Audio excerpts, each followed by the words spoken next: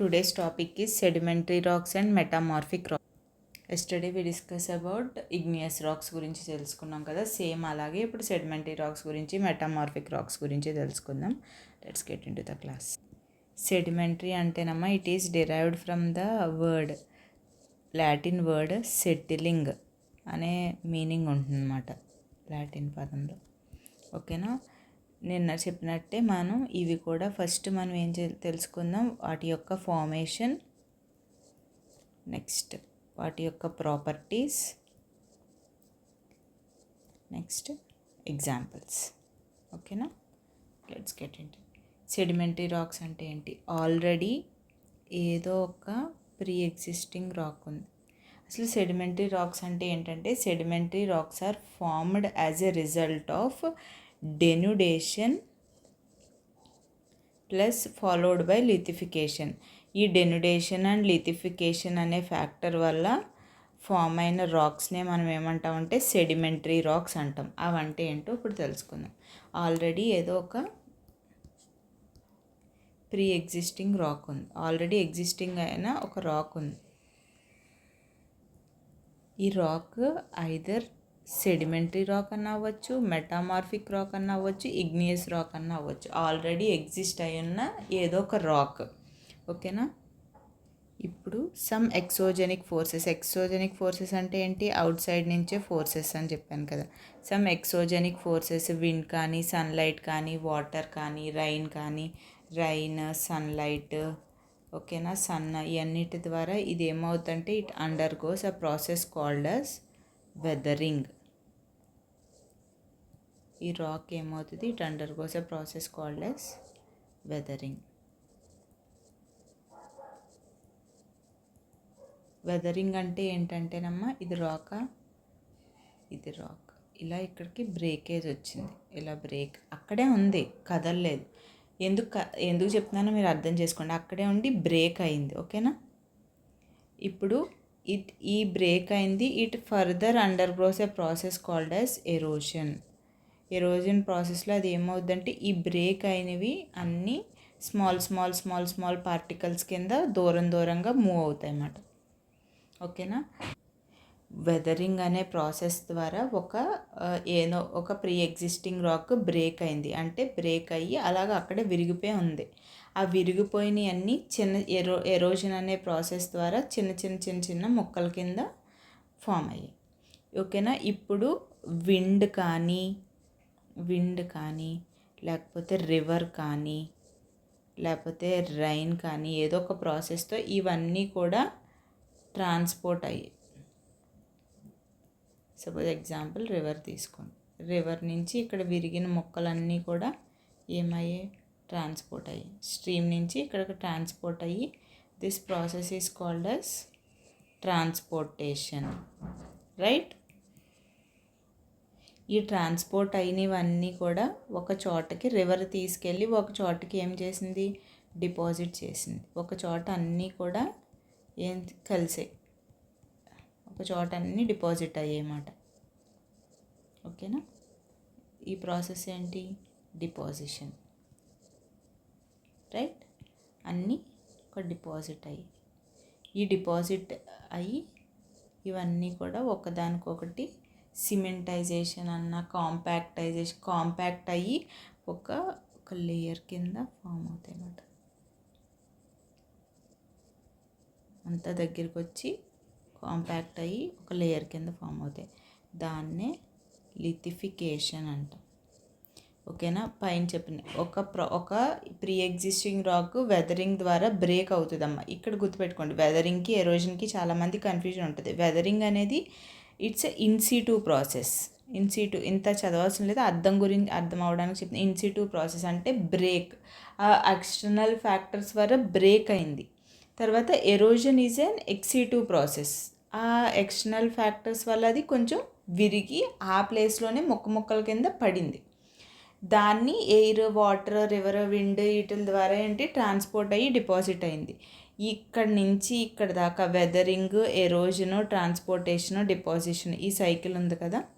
ఈ మొత్తం ప్రాసెస్నే ఏమంటాం అంటే డెన్యుడేషన్ అంటాం. పైన చెప్పాం కదా.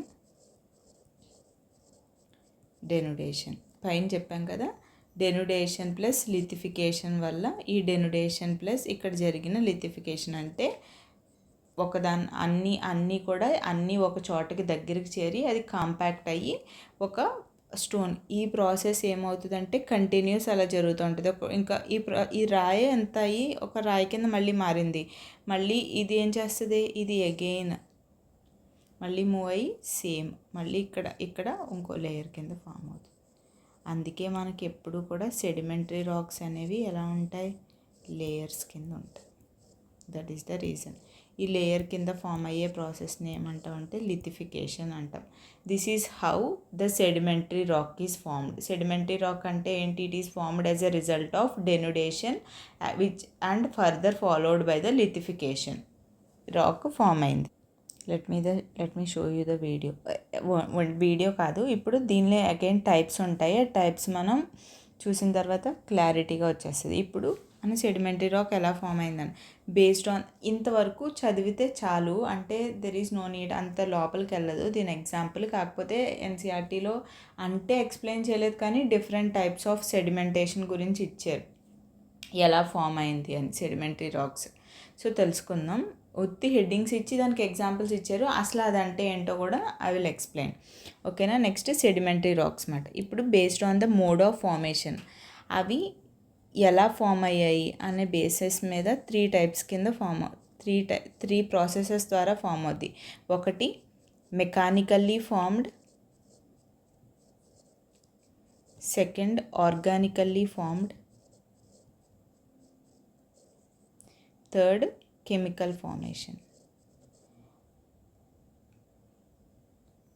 కెమికల్లీ ఫార్మ్డ్ ఫస్ట్ ఏంటంటే మనం మెకానికల్లీ ఫార్మ్డ్ చూద్దాం. మెకానికల్లీ ఫార్మ్డ్ అంటే విచ్ ఈస్ నథింగ్ బట్, ఇప్పుడు మనం చూసిందంతా మెకానికల్ ఫార్మేషనే.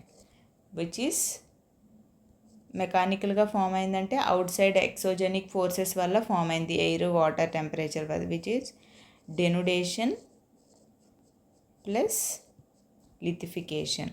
డెనుడేషన్ అండ్ లిథిఫికేషన్ వల్ల ఫామ్ అయిన సెడిమెంటరీ రాక్స్ని ఏమంటాం అంటే మెకానికల్లీ ఫార్మ్డ్ సెడిమెంటరీ రాక్స్ అంటాం. దీనికి బెస్ట్ ఎగ్జాంపుల్ ఏంటంటే మెకానికల్లీ ఫార్మ్డ్ శాండ్ స్టోన్. ఈ ఎగ్జాంపుల్స్ మటుకి గుర్తుపెట్టుకోండి. Next conglomerate, it is very best example. And next limestone, sandstone, limestone, conglomerate, shale and loess etc. ఇవి ఎన్సీఆర్టీలో మెన్షన్ చేసిన నేమ్స్ కాబట్టి గుర్తుండాలి. These are mechanically formed. Mechanically formed అంటే ఇప్పుడు మనం ఎలా చూపించాను. Now I will show that video. This is mechanically form. Erosion అయిందా, అదేమైంది, ఎరోజన్ అయింది, వెదరింగ్ అయింది, ట్రాన్స్పోర్ట్ అయింది. ట్రాన్స్పోర్ట్ అయినవి అన్నీ కూడా ఒక దుక్కున lithification. These are the mechanically formed sedimentary rock. Already ఉన్న rock undergo weathering, undergoes erosion, undergoes transportation ఎలా అయింది, ఇలా అయింది. విచ్ అండర్గోస్ డిపాజిషన్ అయ్యి కాంపాక్టేషన్ అండ్ సిమెంటేషన్. అంత డీప్గా అక్కర్లేమైన డెనుడేషన్ అండ్ లిథిఫికేషన్ అని తెలుసుకుంటే చాలు. ఈ ప్రాసెస్నే మనం ఏమంటామంటే లిథిఫికేషన్ అంటాం. ఈ కాంపాక్షన్ని డిపాజిషన్ అయ్యి మెకానికల్లీ ఫార్మ్డ్ ప్రెషర్ వల్ల అంత ఒక లేయర్, ఫస్ట్ ఒక రాక్ ఇలా ఇక్కడ డిపాజిట్ అయిందమ్మా, దాని తర్వాత ఒక లేయర్, దాని తర్వాత ఒక లేయర్, అలా డిఫరెంట్ రాక్స్ అలా లేయర్స్ కింద ఫామ్ అయ్యి సాలిడ్ సెడిమెంటరీ రాక్ ఫామ్ అయింది. ఓకేనా. సో కాంగ్లోమరేట్ అంటే ఈ గ్రావెల్ పెబుల్స్ ద్వారా ఇలాగ రాక్ ఫామ్ అవుతుంది, దాన్నే కాంగ్లోమరేట్ అంటాం. శాండ్ వల్ల శాండ్ స్టోన్ ఫామ్ అవుతుంది, సిల్ట్ వల్ల సిల్ట్ స్టోన్ ఫామ్ అవుతుంది, క్లే వల్ల షేల్ ఫామ్ అవుతుంది. These are one of examples of, ఒకసారి ఈ ఎగ్జాంపుల్స్తో పాటు ఈ ఎగ్జాంపుల్ కూడా limestone, shale, loess examples గుర్తుపెట్టుకోండి. These are mechanically formed sedimentary rocks. Now ఇప్పుడు సెకండ్ ఏంటి, organically formed.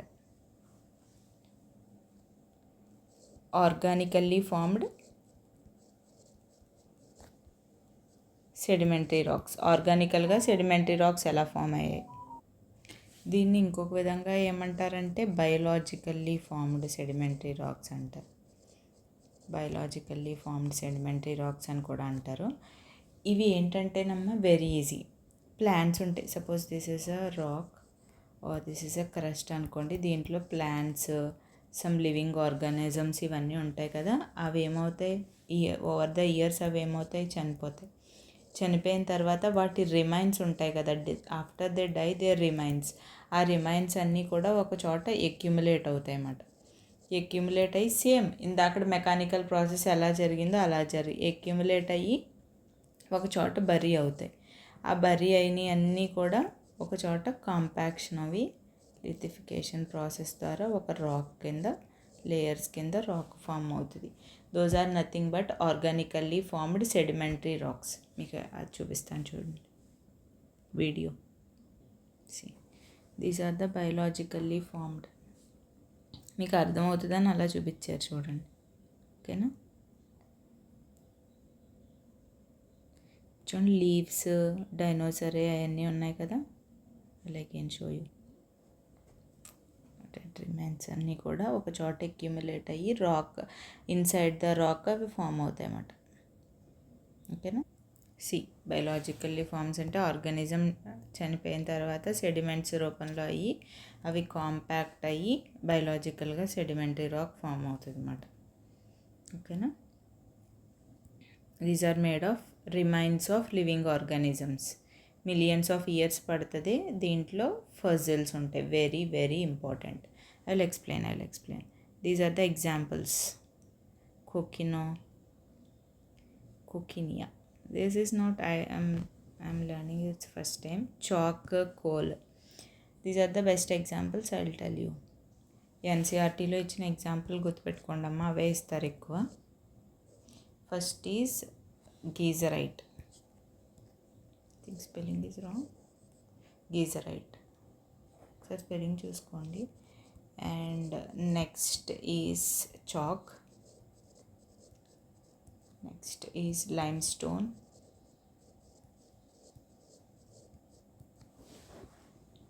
And coal etcetera.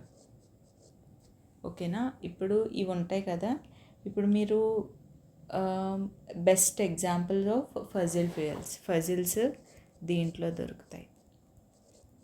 Inside ఇప్పుడు ఇది ఉంది కదమ్మా, మరి చూసారు కదా, అది over the millions of years. Suppose ఇది ఒక ప్లాంట్ది కానీ ఒక డైనోజర్ రిమైన్ అనుకోండి, అది ఓవర్ మిలియన్స్ ఆఫ్ ఇయర్స్లో అది ఏమవుతుందంటే ఫజిల్ ఫ్యూయల్ కింద కన్వర్ట్ అవుతుంది. అప్పుడే మనం ఆ రాయి మధ్యలోనే పెట్రోల్, క్రూడ్ ఆయిల్ తీసుకుంటాం కదా. They are generally formed the fossil fuels which we are extracting from the rocks which are formed from this sedimentary rocks. ఇది ఫజిల్స్కి బెస్ట్ ఎగ్జాంపుల్, ఫజిల్ ఫ్యూయల్స్కి. ఓకేనా? నెక్స్ట్ మనం ఆర్గానికల్లీ చెప్పాం. నెక్స్ట్ ఏంటి? Chemically formed metamorphic rocks. Chemically formed metamorphic rocks ఇవి ఎలా form అవుతాయంటే, ఐఎమ్ వెరీ సారీ యార్, కెమికల్లీ ఫార్మ్డ్ సెడిమెంటరీ రాక్స్. ఓకేనా? ఇప్పుడు కెమికల్లీ ఫార్మ్డ్ సెడిమెంటరీ రాక్స్ అంటే ఏంటి? ఇప్పుడు మనం ఫస్ట్ మీకు చెప్పినప్పుడు నిన్న క్లాస్లో రాక్స్ ఆర్ మేడప్ ఆఫ్ ఏమని చెప్పాను? గ్రూప్ ఆఫ్ మినరల్స్ కదా. చాలా మినరల్స్ ఉంటాయి.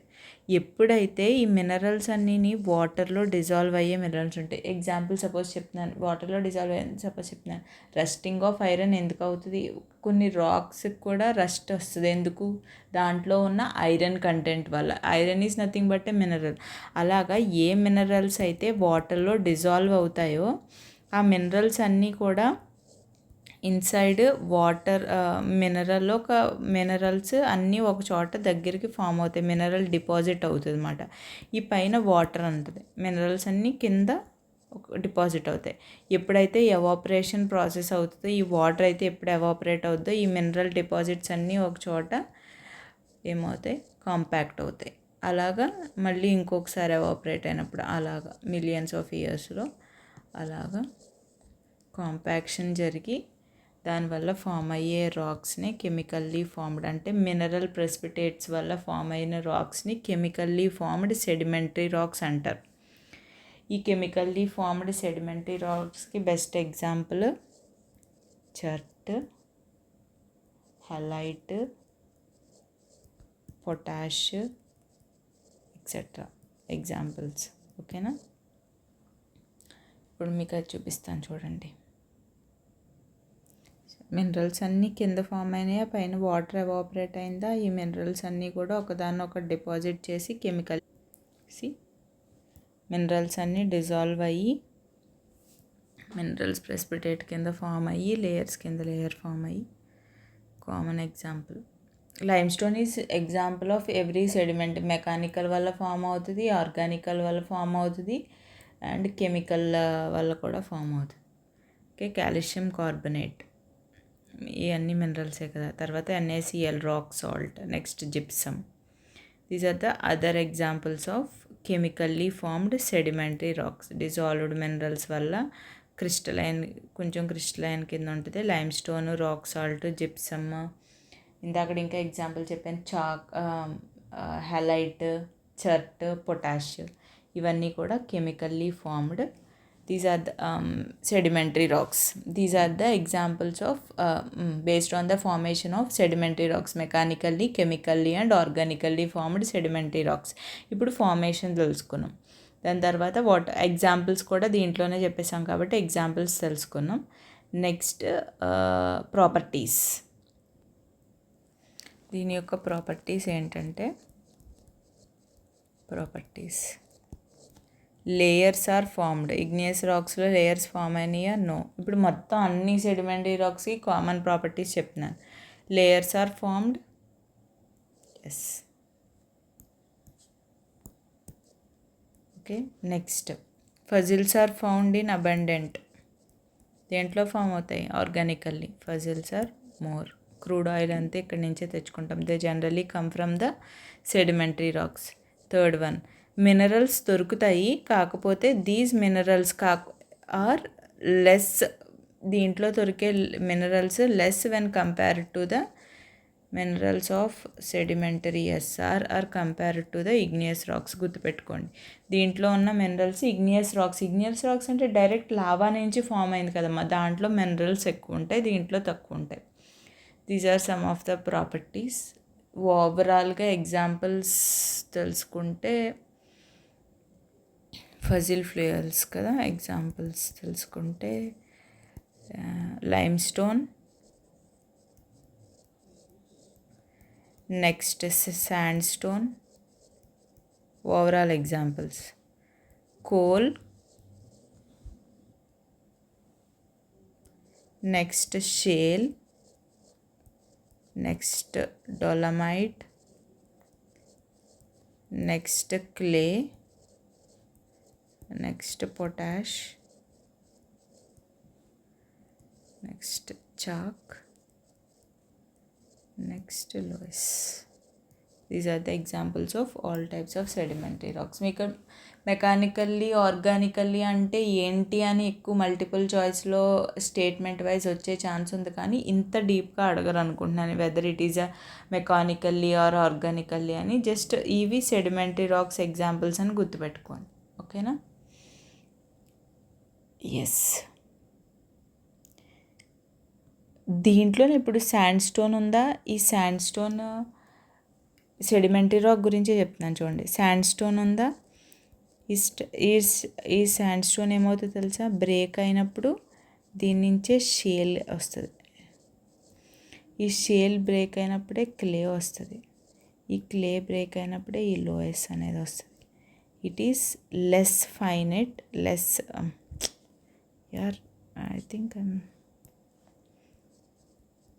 లెస్ ఫైన్గా ఉంటుంది, అంటే తక్కువ గట్టిగా ఫైన్ మ్యాట్. దీంట్లో ఇది మోర్ ఫైనెస్ట్, చాలా ఫైనెస్ట్గా ఉంటుంది. These are the some of the example of sedimentary rock. I hope you get clear. Sedimentary rock గురించి స్టాండర్డ్ బుక్స్ అన్ని బుక్స్లో ఎక్కడ ఏం వదలలేదు. Now let's get into metamorphic racks.